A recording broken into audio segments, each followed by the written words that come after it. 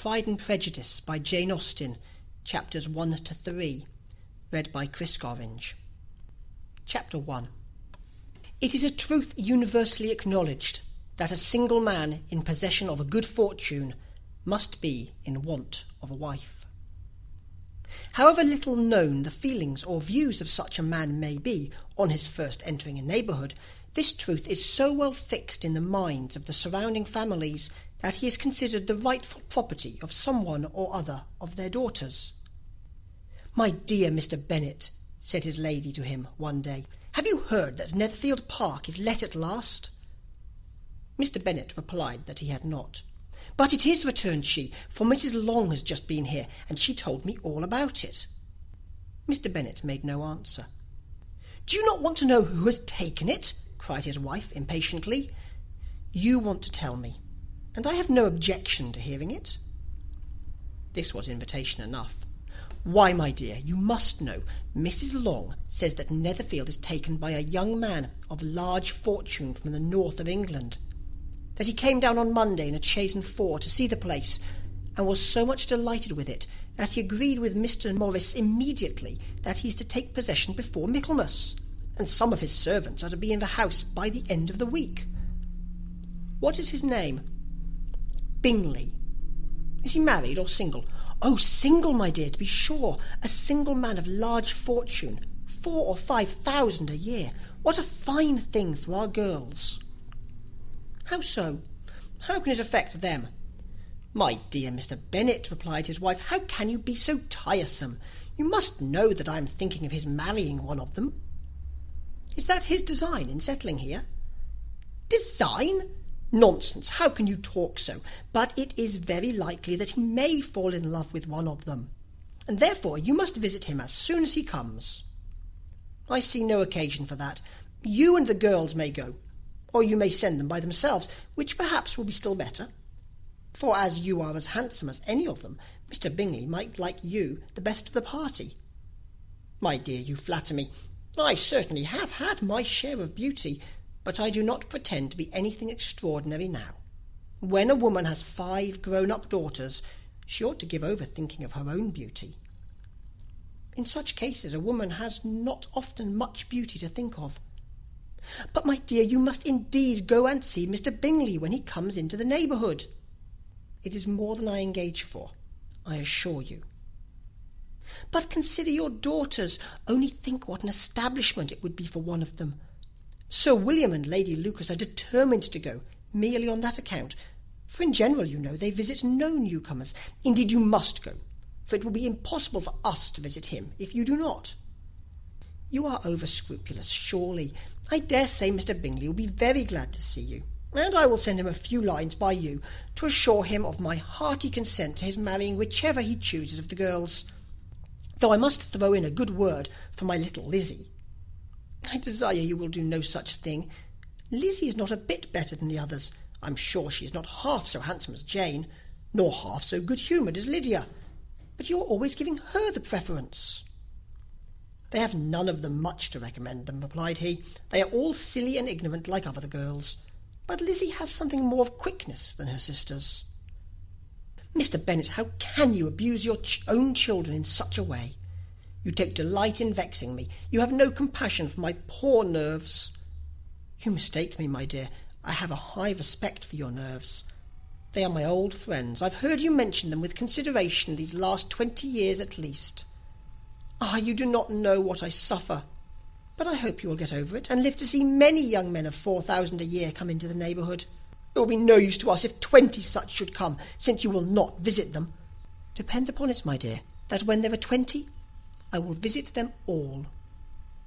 Mr. Bennet was so odd a mixture of quick parts, sarcastic humour, reserve, and caprice, that the experience of 23 years had been insufficient to make his wife understand his character. Her mind was less difficult to develop. She was a woman of mean understanding, little information, and uncertain temper. When she was discontented, she fancied herself nervous. The business of her life was to get her daughters married. Its solace was visiting and news. Chapter 2. Mr. Bennet was among the earliest of those who waited on Mr. Bingley. He had always intended to visit him, though to the last always assuring his wife he should not go. Until the evening after the visit was paid, she had no knowledge of it. It was then disclosed in the following manner. Observing his second daughter employed in trimming a hat, he suddenly addressed her with, "I hope Mr. Bingley will like it, Lizzie." "We are not in a way to know what Mr. Bingley likes," said her mother resentfully, "since we are not to visit." "But you forget, mamma," said Elizabeth, "that we shall meet him at the assemblies, and that Mrs. Long promised to introduce him." "I do not believe Mrs. Long will do any such thing. She has 2 nieces of her own. She is a selfish, hypocritical woman, and I have no opinion of her." "No more have I," said Mr. Bennet, "and I am glad to find that you do not depend on her serving you." Mrs. Bennet deigned not to make any reply, but unable to contain herself, began scolding one of her daughters. "Don't keep coughing so, Kitty, for heaven's sake. Have a little compassion on my nerves. You tear them to pieces." "Kitty has no discretion in her coughs," said her father. "She times them ill." "I do not cough for my own amusement," replied Kitty fretfully. "When is your next ball to be, Lizzie?" "Tomorrow fortnight." "Ay, so it is," cried her mother, "and Mrs. Long does not come back till the day before, so it will be impossible for her to introduce him, for she will not know him herself." "Then, my dear, you may have the advantage of your friend, and introduce Mr. Bingley to her." "Impossible, Mr. Bennet, impossible, when I am not acquainted with him myself. How can you be so teasing?" "I honour your circumspection. A fortnight's acquaintance is certainly very little. One cannot know what a man really is by the end of a fortnight. But if we do not venture, somebody else will, and after all, Mrs. Long and her daughters must stand their chance. And therefore, as she will think it an act of kindness, if you decline the office, I will take it on myself." The girls stared at their father. Mrs. Bennet said only, "Nonsense, nonsense." "What can be the meaning of that emphatic exclamation?" cried he. "Do you consider the forms of introduction and the stress that is laid on them as nonsense? I cannot quite agree with you there. What say you, Mary? For you are a young lady of deep reflection, I know, and read great books and make extracts." Mary wished to say something sensible, but knew not how. "While Mary is adjusting her ideas," he continued, "let us return to Mr. Bingley." "I am sick of Mr. Bingley," cried his wife. "I am sorry to hear that. But why did you not tell me that before? If I had known as much this morning, I certainly would not have called on him. It is very unlikely, but as I have actually paid the visit, we cannot escape the acquaintance now." The astonishment of the ladies was just what he wished, that of Mrs. Bennet perhaps surpassing the rest, though when the first tumult of joy was over, she began to declare that it was what she had expected all the while. "How good it was in you, my dear Mr. Bennet! But I knew I should persuade you at last. I was sure you loved your girls too well to neglect such an acquaintance. Well, how pleased I am! And it is such a good joke, too, that you should have gone this morning and never said a word about it till now." "Now, Kitty, you may cough as much as you choose," said Mr. Bennet, and as he spoke he left the room, fatigued with the raptures of his wife. "What an excellent father you have, girls," said she, when the door was shut. "I do not know how you will ever make amends for his kindness, or me either, for that matter. At our time of life it is not so pleasant, I can tell you, to be making new acquaintances every day, but for your sakes we would do anything. Lydia, my love, though you are the youngest, I dare say Mr. Bingley will dance with you at the next ball." "Oh," said Lydia stoutly, "I am not afraid, for though I am the youngest, I'm the tallest." The rest of the evening was spent in conjecturing how soon he would return Mr. Bennet's visit, and determining when they should ask him to dinner. Chapter 3. Not all that Mrs. Bennet, however, with the assistance of her 5 daughters, could ask on the subject, was sufficient to draw from her husband any satisfactory description of Mr. Bingley. They attacked him in various ways, with barefaced questions, ingenious suppositions, and distant surmises, but he eluded the skill of them all, and they were at last obliged to accept the second-hand intelligence of their neighbour, Lady Lucas. Her report was highly favourable. Sir William had been delighted with him. He was quite young, wonderfully handsome, extremely agreeable, and to crown the whole, he meant to be at the next assembly with a large party. Nothing could be more delightful. To be fond of dancing was a certain step towards falling in love, and very lively hopes of Mr. Bingley's heart were entertained. "If I can but see one of my daughters happily settled at Netherfield," said Mrs. Bennet to her husband, "and all the others equally well married, I shall have nothing to wish for." In a few days Mr. Bingley returned Mr. Bennet's visit, and sat about 10 minutes with him in his library. He had entertained hopes of being admitted to a sight of the young ladies, of whose beauty he had heard much, but he saw only the father. The ladies were somewhat more fortunate, for they had the advantage of ascertaining from an upper window that he wore a blue coat and rode a black horse. An invitation to dinner was soon afterwards dispatched, and already had Mrs. Bennet planned the courses that were to do credit to her housekeeping, when an answer arrived which deferred it all. Mr. Bingley was obliged to be in town the following day, and consequently unable to accept the honour of their invitation, etc. Mrs. Bennet was quite disconcerted.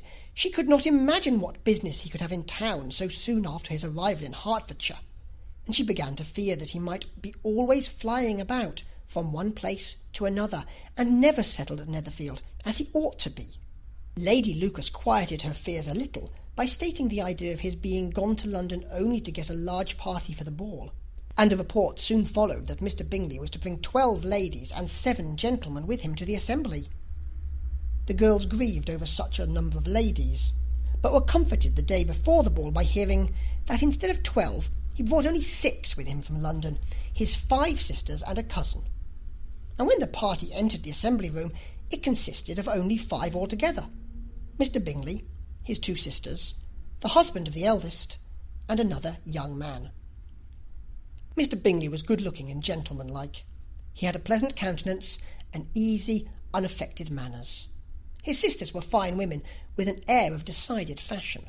His brother-in-law, Mr. Hurst, merely looked the gentleman, but his friend Mr. Darcy soon drew the attention of the room by his fine, tall person, handsome features, noble mien, and the report, which was in general circulation within 5 minutes of his entrance, of his having 10,000 a year. The gentleman pronounced him to be a fine figure of a man. The ladies declared he was much handsomer than Mr. Bingley, and he was looked at with great admiration for about half the evening, till his manners gave a disgust which turned the tide of his popularity, for he was discovered to be proud, to be above his company, and above being pleased, and not all his large estate in Derbyshire could then save him from having a most forbidding, disagreeable countenance, and being unworthy to be compared with his friend. Mr. Bingley had soon made himself acquainted with all the principal people in the room. He was lively and unreserved, danced every dance, was angry that the ball closed so early, and talked of giving one himself at Netherfield. Such amiable qualities must speak for themselves. What a contrast between him and his friend! Mr. Darcy danced only once with Mrs. Hurst, and once with Miss Bingley, declined being introduced to any other lady, and spent the rest of the evening in walking about the room, speaking occasionally to one of his own party. His character was decided. He was the proudest, most disagreeable man in the world, and everybody hoped he would never come there again. Amongst the most violent against him was Mrs. Bennet, whose dislike of his general behaviour was sharpened into particular resentment by his having slighted one of her daughters. Elizabeth Bennet had been obliged, by the scarcity of gentlemen, to sit down for 2 dances, and during part of that time Mr. Darcy had been standing near enough for her to hear a conversation between him and Mr. Bingley, who came from the dance for a few minutes to press his friend to join it. "Come, Darcy," said he, "I must have you dance. I hate to see you standing about by yourself in this stupid manner. You had much better dance." "I certainly shall not. You know how I detest it, unless I am particularly acquainted with my partner. At such an assembly as this it would be insupportable. Your sisters are engaged, and there is not another woman in the room whom it would not be a punishment to me to stand up with." "I would not be so fastidious as you are," cried Mr. Bingley, "for a kingdom. Upon my honour, I never met with so many pleasant girls in my life as I have this evening, and there are several of them, you see, uncommonly pretty." "You are dancing with the only handsome girl in the room," said Mr. Darcy, looking at the eldest Miss Bennet. "Oh, she is the most beautiful creature I ever beheld. But there is one of her sisters sitting down just behind you, who is very pretty, and I dare say very agreeable. Do let me ask my partner to introduce you." "Which do you mean?" And turning round, he looked for a moment at Elizabeth, till catching her eye, He withdrew his own and coldly said, "She is tolerable, but not handsome enough to tempt me. I am in no humour at present to give consequence to young ladies who are slighted by other men. You had better return to your partner and enjoy her smiles, for you are wasting your time with me." Mr. Bingley followed his advice. Mr. Darcy walked off, and Elizabeth remained with no very cordial feelings towards him. She told the story, however, with great spirit among her friends, for she had a lively, playful disposition which delighted in anything ridiculous. The evening altogether passed off pleasantly to the whole family. Mrs. Bennet had seen her eldest daughter much admired by the Netherfield party. Mr. Bingley had danced with her twice, and she had been distinguished by her sisters. Jane was as much gratified by this as her mother could be, though in a quieter way. Elizabeth felt Jane's pleasure.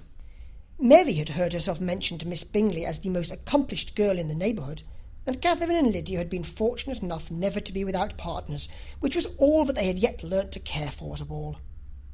They returned, therefore, in good spirits to Longbourn, the village where they lived, and of which they were the principal inhabitants. They found Mr. Bennet still up. With a book he was regardless of time, and on the present occasion he had a good deal of curiosity as to the events of the evening, which had raised such splendid expectations. He had rather hoped that his wife's views on the stranger would be disappointed, but he soon found out that he had a different story to hear. "Oh, my dear Mr. Bennet," as she entered the room, "we have had a most delightful evening, a most excellent ball. I wish you had been there. Jane was so admired, and nothing could be like it.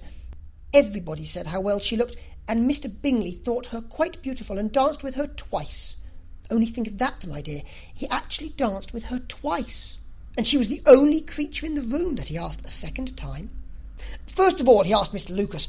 I was so vexed to see him stand up with her. But, however, he did not admire her at all. Indeed, nobody can, you know, and he seemed quite struck with Jane as she was going down the dance. So he inquired who she was, and got introduced, and asked her for the next two. Then the 2/3 he danced with Miss King, and the 2/4 with Maria Lucas, and the 2/5 with Jane again, and the 2/6 with Lizzie, and the Boulanger. If he had any compassion for me, cried her husband impatiently, he would not have danced half so much. For God's sake, say no more of his partner. Oh, that he had sprained his ankle in the first place. Oh, my dear, I am quite delighted with him. He is so excessively handsome. And his sisters are charming women. I never in my life saw anything more elegant than their dresses. I dare say the lace upon Mrs. Hurst's gown—" Here she was interrupted again. Mr. Bennet protested against any description of finery. She was therefore obliged to seek another branch of the subject, and related, with much bitterness of spirit, and some exaggeration, the shocking rudeness of Mr. Darcy. "But I can assure you," she added, "that Lizzie does not lose much by not suiting his fancy, for he is a most disagreeable, horrid man, not at all worth pleasing. So high and so conceited that there was no enduring him. He walked here and he walked there, fancying himself so very great. Not handsome enough to dance with. I wish you had been there, my dear, to have given him one of your set-downs. I quite detest the man." This is the end of chapter 3.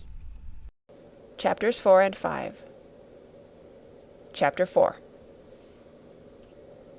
When Jane and Elizabeth were alone, the former, who had been cautious in her praise of Mr. Bingley before, expressed to her sister just how very much she admired him.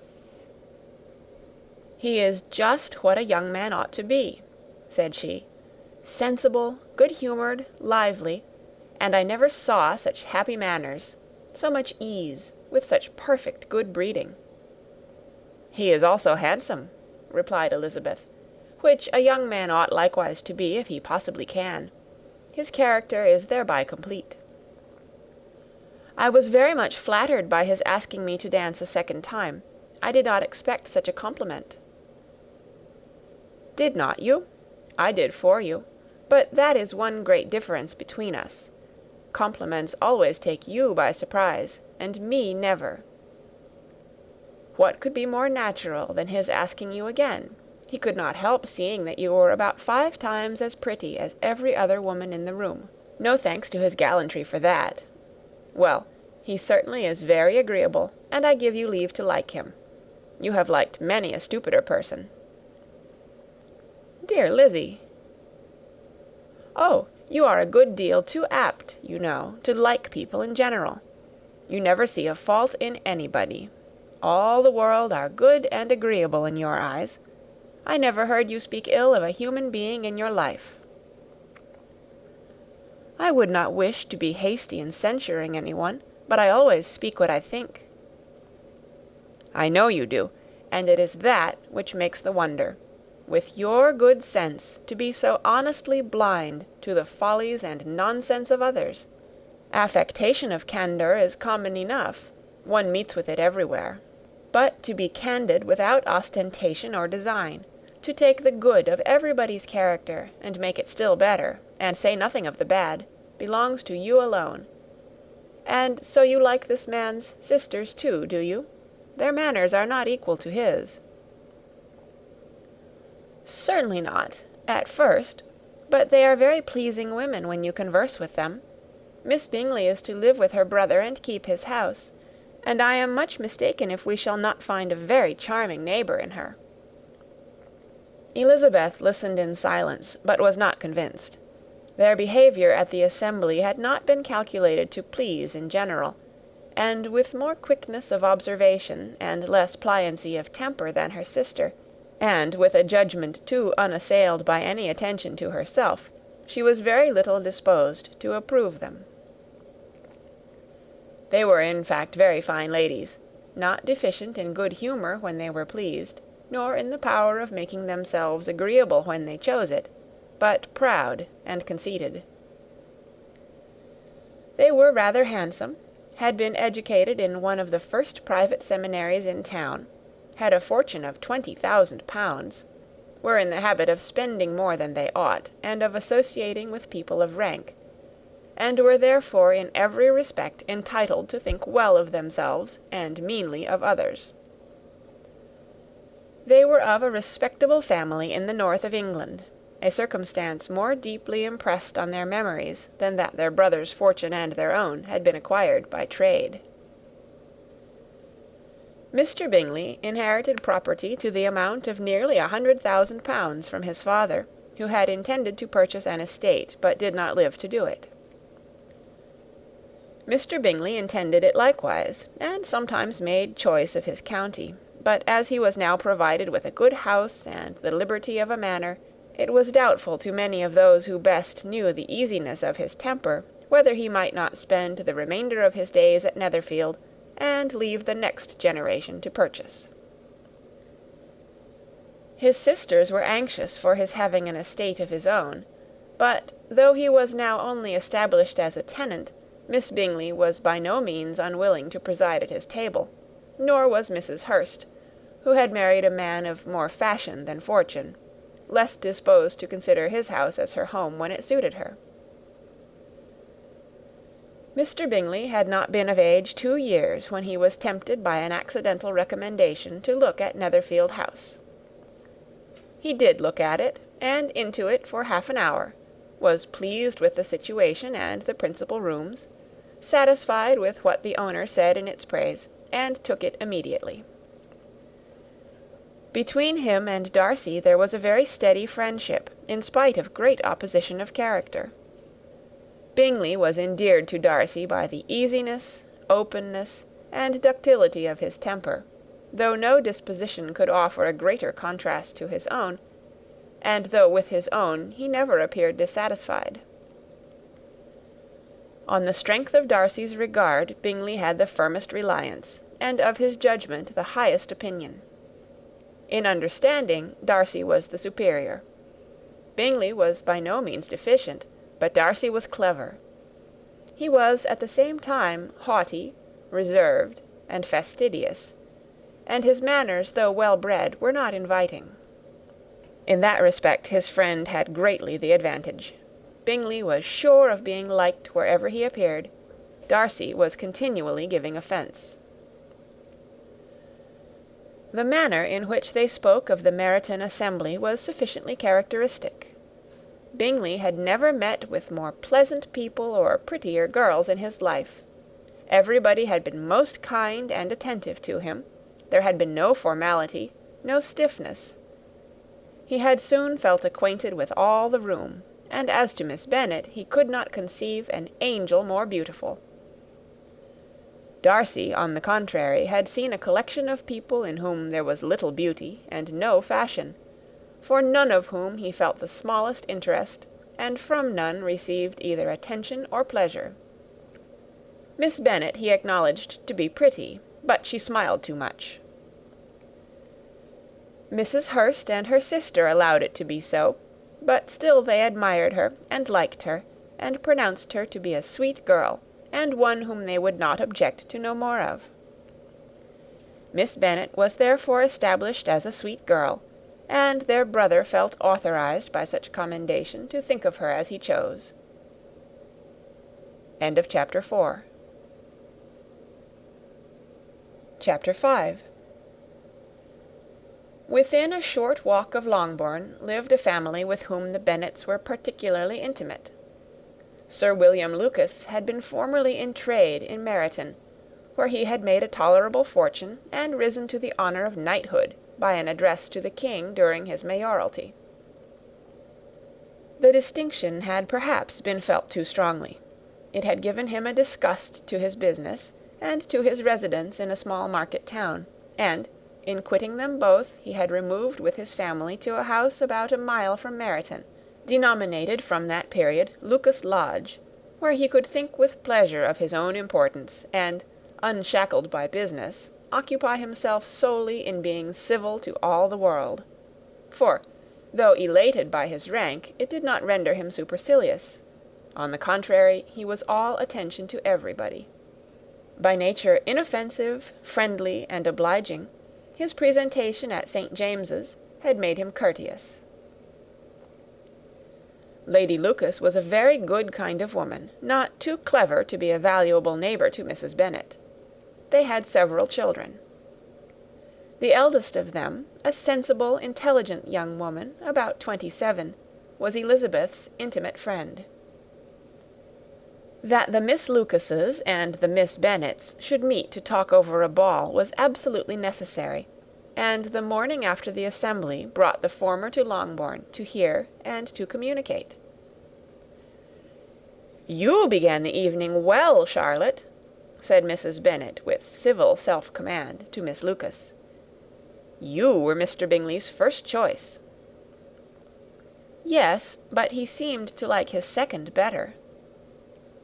"Oh, you mean Jane, I suppose, because he danced with her twice.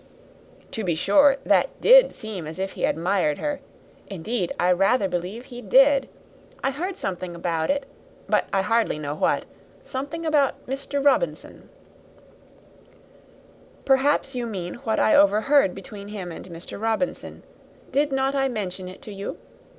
Mr. Robinson's asking him how he liked our Meryton assemblies, and whether he did not think there were a great many pretty women in the room, and which he thought the prettiest, and his answering immediately to the last question, 'Oh, the eldest Miss Bennet, beyond a doubt.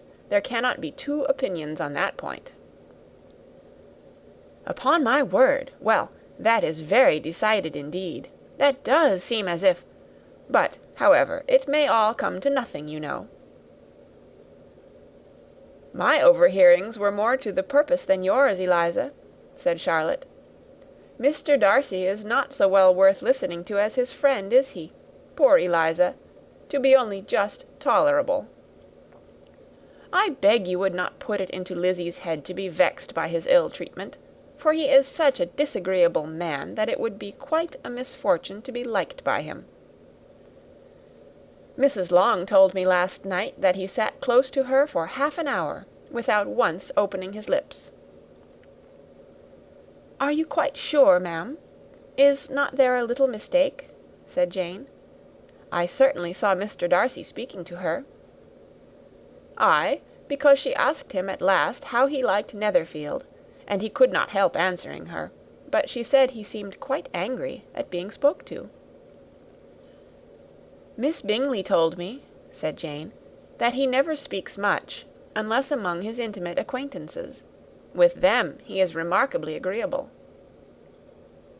"I do not believe a word of it, my dear. If he had been so very agreeable, he would have talked to Mrs. Long.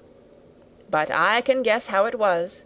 Everybody says that he is eat up with pride, and I dare say he had heard somehow that Mrs. Long does not keep a carriage, and had come to the ball in a hack chaise.